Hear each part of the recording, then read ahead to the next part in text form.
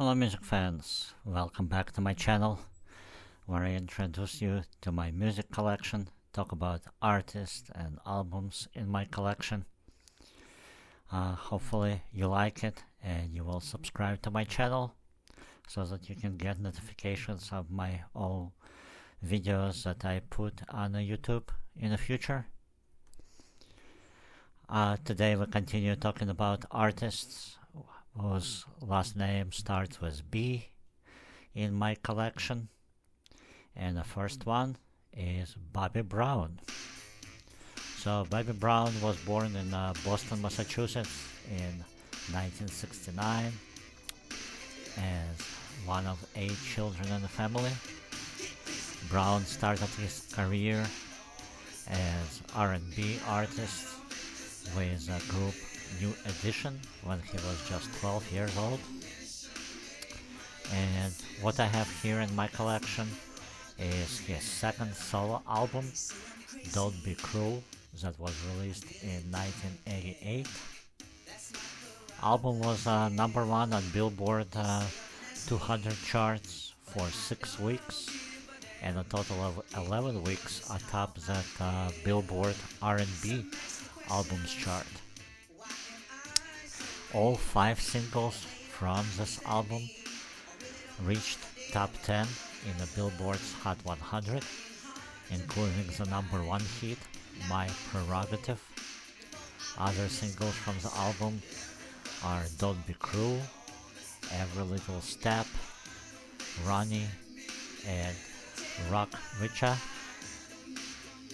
In 2005, at the BET 25th anniversary special, Brown again reunited with New Edition, and Brown with New Edition continue to perform together, including the Culture Tour, which actually began in 2022, so he's still pretty active.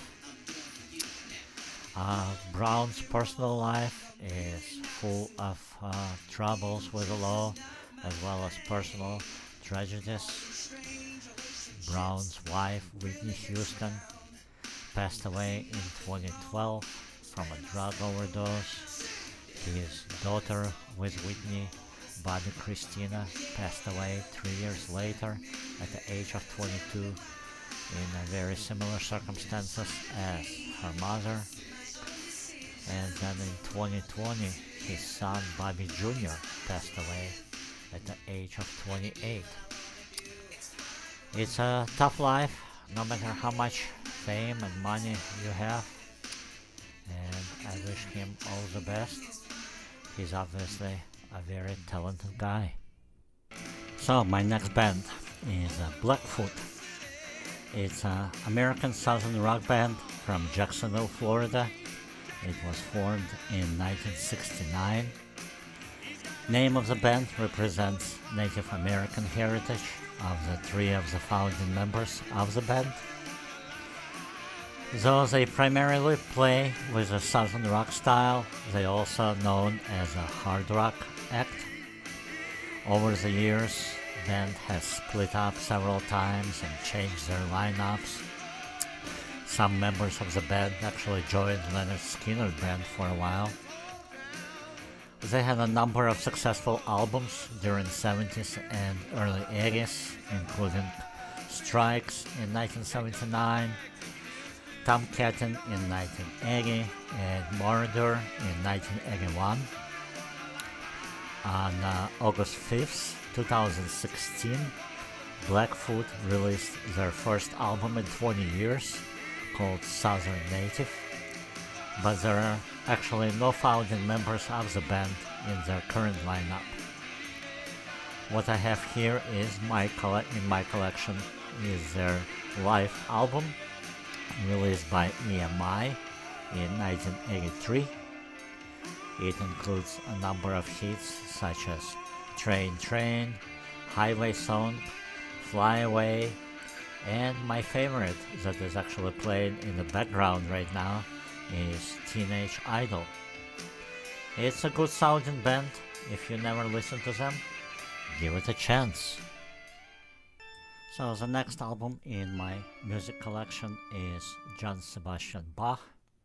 It's his organ music by Julia Brown, recorded in a Christchurch Cathedral, Indianapolis in 1994 and released on Amadis label. As I mentioned previously, I have very few classical albums in my collection.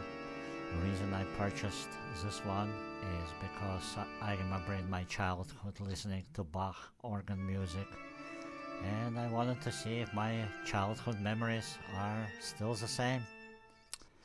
So this album, like most of the organ recordings, is best listened to with a pair of good over-the-ears headphones, just to get a full experience of the music. So Julia Brown was born in Rio de Janeiro, Brazil, and she has a doctorate degree from the Northwestern University in piano and organ playing. So if you like classical music and Bach in particular, you will enjoy this one.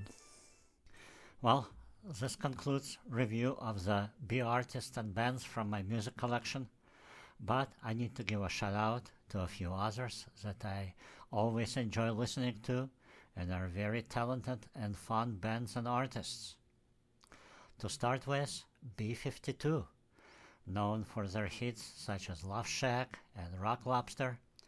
Band is from Athens, Georgia, which is about 45 minutes away from where I live. Athens actually produced quite a few well-known bands such as R.E.M., Widespread Panic, and Drive-By Truckers. Good for UGA and Athens. Next one is Bad Company with Paul Rodgers. I saw Paul Rodgers with Queen members in a concert in 2006. Although it was a real treat to see Brian May and Roger Taylor and hear Queen songs, but I hate to say it, Without Freddie is just a cover band. I don't want to offend anyone, but that's how I feel. I've seen few other bands without their lead singers, and feeling is the same. Next band, Beastie Boys. We all have a right to party with my fellow Jewish mensch. I'll have to mention that their touring drummer between 1996 and 2012 was Fredo Ortiz, who was later a drummer for Gogol Bordello.